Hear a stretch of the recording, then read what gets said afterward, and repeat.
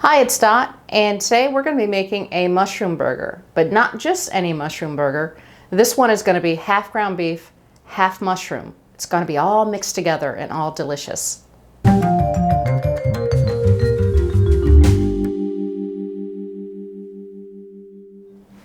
All right, I am using 2 Portobello mushroom caps. You can use button mushrooms if you prefer. You can use whatever you'd like. It really is up to you. I'm just using 2 of these big suckers. I'm working with a pound of ground beef, so this will be more than enough to make that pound stretch and make some pretty good sized burgers. So with that, first thing you want to do is you want to prepare your portobello. I've already washed them, and what you want is you're going to take the stem off like I just did there, and then you're just going to take a trusty old spoon. If you haven't done this, you're just going to remove the gills within the portobello, and you're just going to scrape.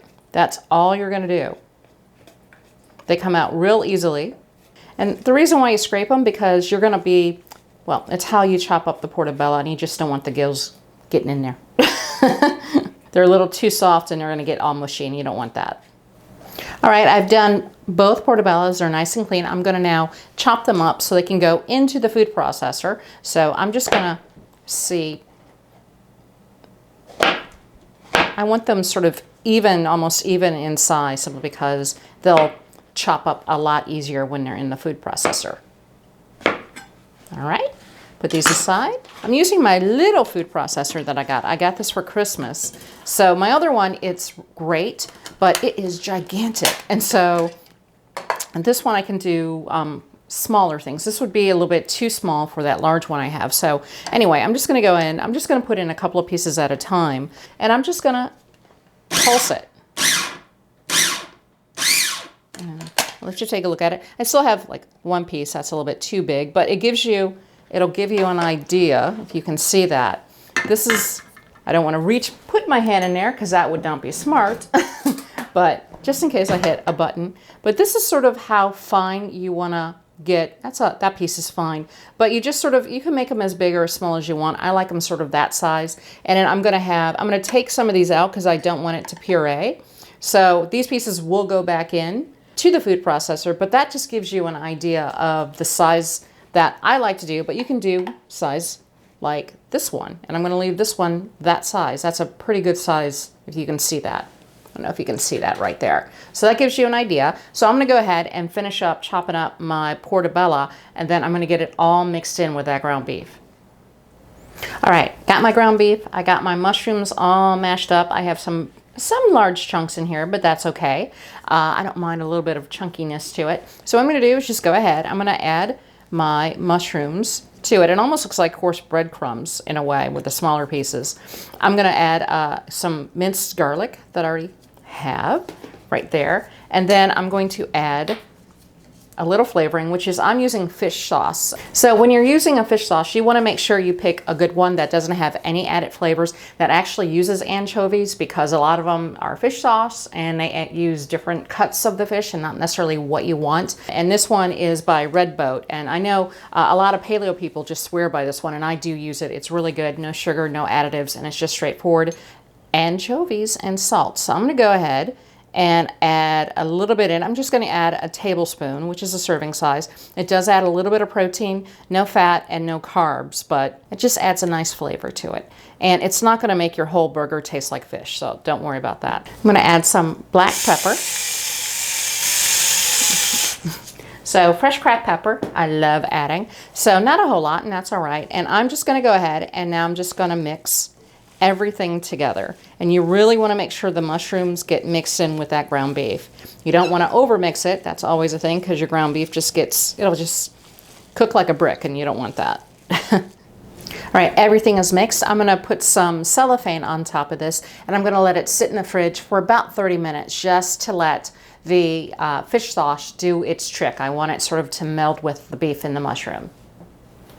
All right, I'm going to go ahead and take the meat. It's just fresh out of the fridge, and I'm going to break it up. What I'm going to do, because it's a lot heavier than obviously the pound of meat that I had, so what I'm going to do, it's almost doubled in size because of the mushrooms. So I'm going to actually use my trusty scale here and measure out in ounces. Now my husband, typically, because of his height, he's about 6'5".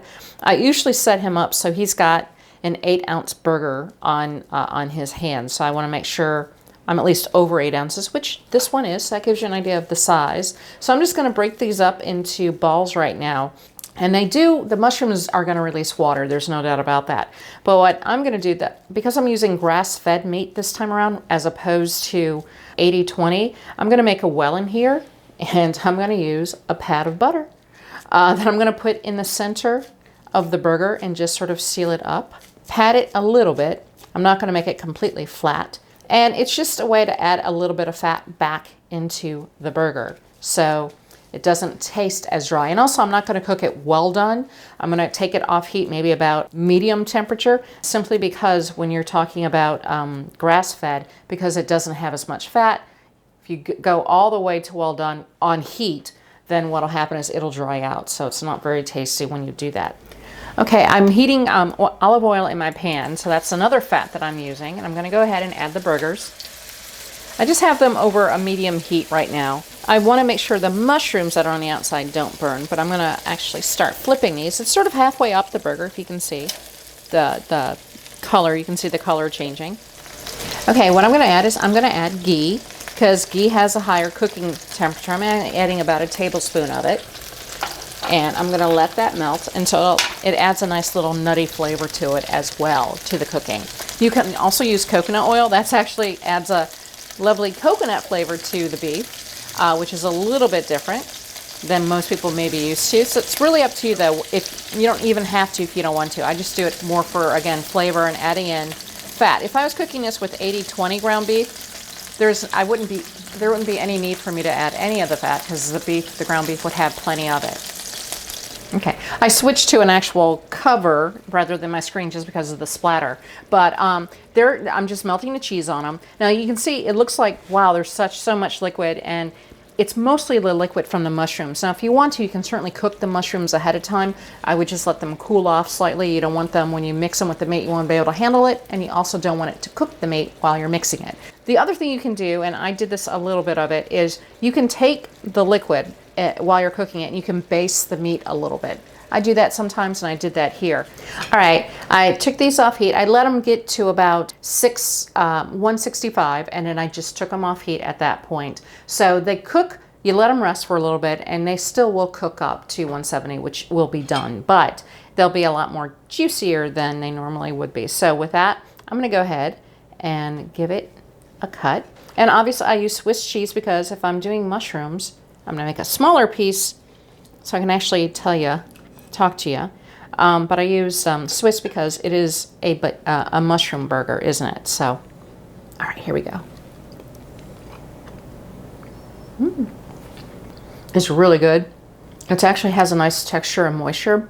And a portobello just is such a natural, because it's a beefy mushroom, so it works perfectly with the burger. The fish sauce that I added to it doesn't overpower it, so it's just a little bit. I add it with the tablespoon.